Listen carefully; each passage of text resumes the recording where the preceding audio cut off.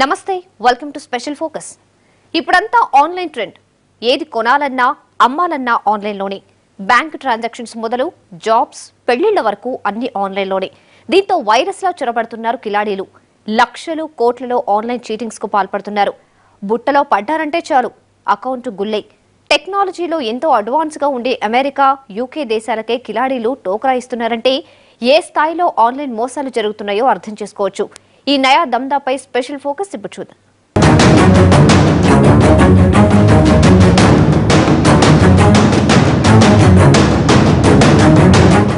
కొద్ది రోజులుగా హైదరాబాద్ నగరంలో నైజీరియన్ల మోసాలు చూస్తూనే ఉన్నాం, వింటూనే ఉన్నాం. లక్కీ లాటరీలు, మ్యాట్రిమోనియల్ మోసాల్లో ఆరితేరిన వీళ్లను హైదరాబాద్ పాత బస్తీ యువకులు స్ఫూర్తిగా తీసుకున్నారు. ఆర్థిక నేరాల్లో ఇప్పుడు వారినే మించిపోయారు. ఇండియా లాంటి దేశాల్లో నైజీరియన్లు కోట్ల రూపాయల్లో మోసాలు చేస్తుంటే మేమేం తక్కువ కాదని నిరూపించారు హైదరాబాదీ కంట్రీలు. ఏకంగా అమెరికా, యూకేనే గడగడలాడించారు. కాలు కదపకుండా కోట్లు కొల్లగొట్టారు.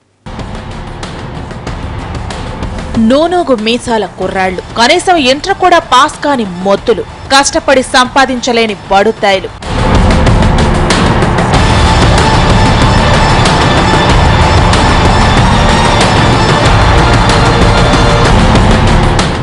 ఆన్లైన్ వేదికగా దందాలు. I see that you are opting it for 2 years.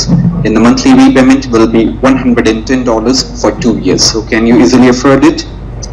Thanks for being on hold. Your call have been connected to Senior Accounts Manager Edward Freeman. Am I talking to Christine? I am, yes. How are you doing today, miss? I'm good. How are you? I'm very well, ma'am. Thanks for your concern. Inter కూడా pass కాని కుర్రాళ్లు కొందరు ఏకంగా America, లండన్లలో online వేదికగా అడ్డంగా దోచుకోవడం మొదలుపెట్టారు. నైజీరియన్లను మించిన చావు తెలివితేటలతో కొత్తదారులు వెతుక్కుని బరి తెగించారు. వెబ్సైట్లు హ్యాక్ చేసి ఫోన్లో మాయమాటలు చెప్పి లక్షలు కాదు మిలియన్లు దోచుకున్నారు. And as my loan officer explained you, miss, we approved your loan application here for $2,000 based on your monthly income.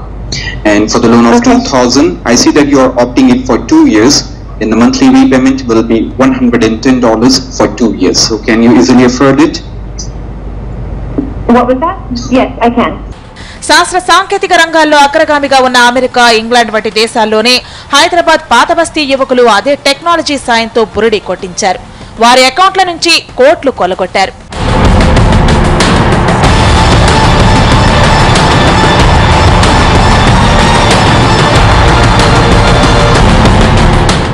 Jason Smith, Ben Hopkins, Keith brown, ఎవరు వీళ్లంతా? అమెరికన్సా లేక బ్రిటన్ కు చెందినవారో అనుకుంటున్నారా? కానే కాదు. వీరంతా పాత బస్తీలో అల్లర్చిల్లరగా తిరిగే కుర్రాళ్లు. మారు పేర్లతో వేల కిలోమీటర్ల దూరంలోని ప్రజలను చాలా ఈజీగా మోసం చేసిన సాదా సీదా కుర్రాళ్లు. మారు పేర్లతో మోసాలకు పాల్పడ్డ 14 మంది యువకుల్ని పోలీసులు కటకటాల వెనక్కి నెట్టారు.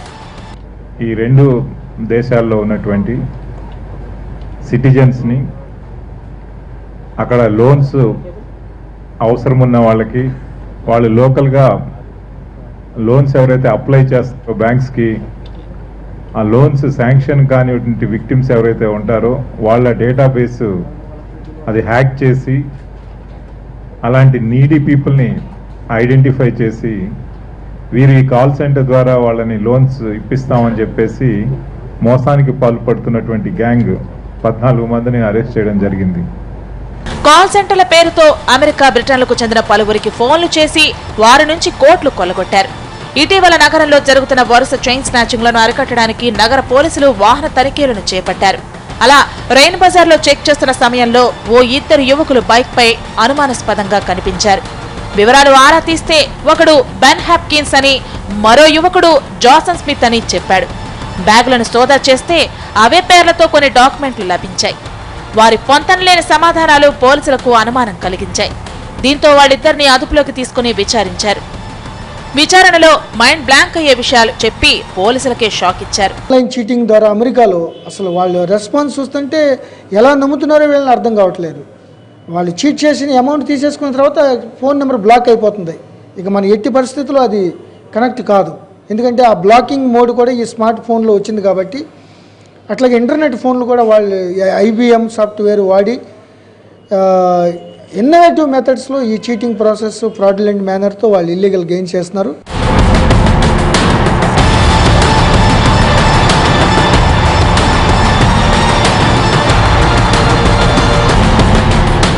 గుజరాత్ భవన్ నగర్ కు చెందిన ఇసాన్ పథక్ యుఎస్, బ్రిటన్ కు చెందిన వారిని మోసం చేయాలని ప్లాన్ చేశాడు. తన ప్లాన్ వర్కౌట్ చేయడానికి మంచి టీమ్స్ ను తయారు చేసుకున్నాడు. అలా హైదరాబాద్ లో కొన్ని టీమ్స్ ను ఏర్పాటు చేశాడు. కొందరి చేత కాల్ సెంటర్లు ఏర్పాటు చేసి ఆధునిక పరికరాలను సమకూర్చాడు. ఇంగ్లీష్ భాషపై పట్టున్న కొందరు యువకులను రిక్రూట్ చేసుకున్నాడు.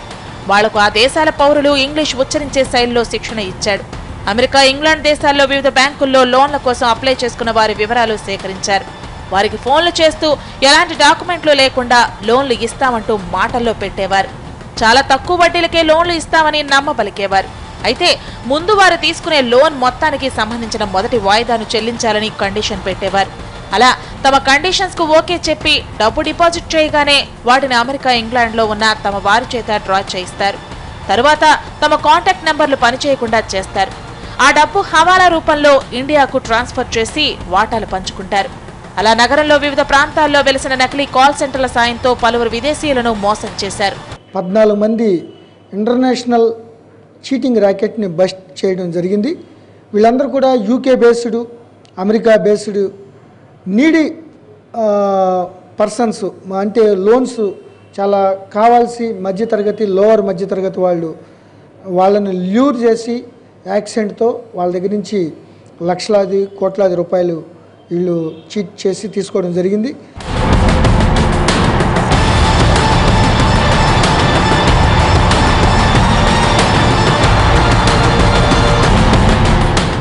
హైదరాబాద్ పాత బస్తీలోని రెయిన్ బజార్లో పర్వేజ్ కాలింగ్ సొల్యూషన్స్, టోలీచౌకీలోని quick cash loans, cash same day, పంజాగుట్టలో ఏబీ కాలింగ్ సొల్యూషన్స్ పేరుతో ఈ మోసాలకు పాల్పడ్డారు.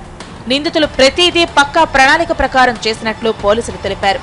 బాధితులకు సరిగ్గా బ్యాంకింగ్ టైమింగ్స్ లో ఫోన్ చేయడం కోసం వారి టైమింగ్ జోన్లకు సంబంధించిన సమాచారం సేకరించి మరీ ఫోన్లు చేసేవారు. ఇందుకు ఇంటర్నెట్ కాలింగ్ సౌకర్యాన్ని ఉపయోగించుకున్నారు. నిందితులు తమకు సంబంధించిన సమాచారాన్ని కరెక్ట్ గా చెప్పడంతో బాధితులకు వారిపై ఎలాంటి సందేహం కలిగేది కాదు. ఈ కేసులో ఇసాన్ పథక్ కీలక సూత్రధారి. ప్రస్తుతం అతడు పరారీలో ఉన్నాడు. ఇతడితో పాటు అలీం, ముబీన్, రాహుల్ బజాజ్లు పరారీలో ఉన్నారని, ప్రస్తుతం 14 మందిని అరెస్ట్ చేసినట్లు తెలిపారు. స్పెషల్ ఫోకస్ లో చిన్న బ్రేక్ తీసుకుందాం.